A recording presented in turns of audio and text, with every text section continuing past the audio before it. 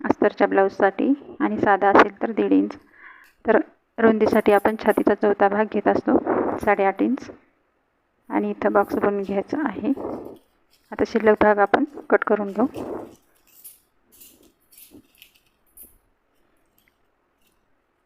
इथं cap height आपण 2.5 inch घेणार आहोत, वर 1.5 इंच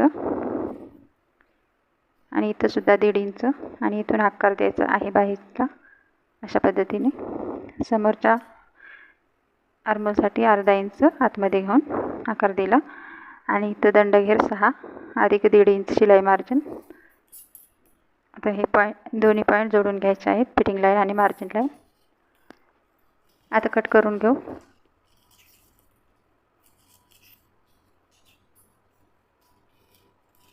आता इथे समोरचा अर्धा इंच आपल्याला बाहीचं कट करायचं आहे.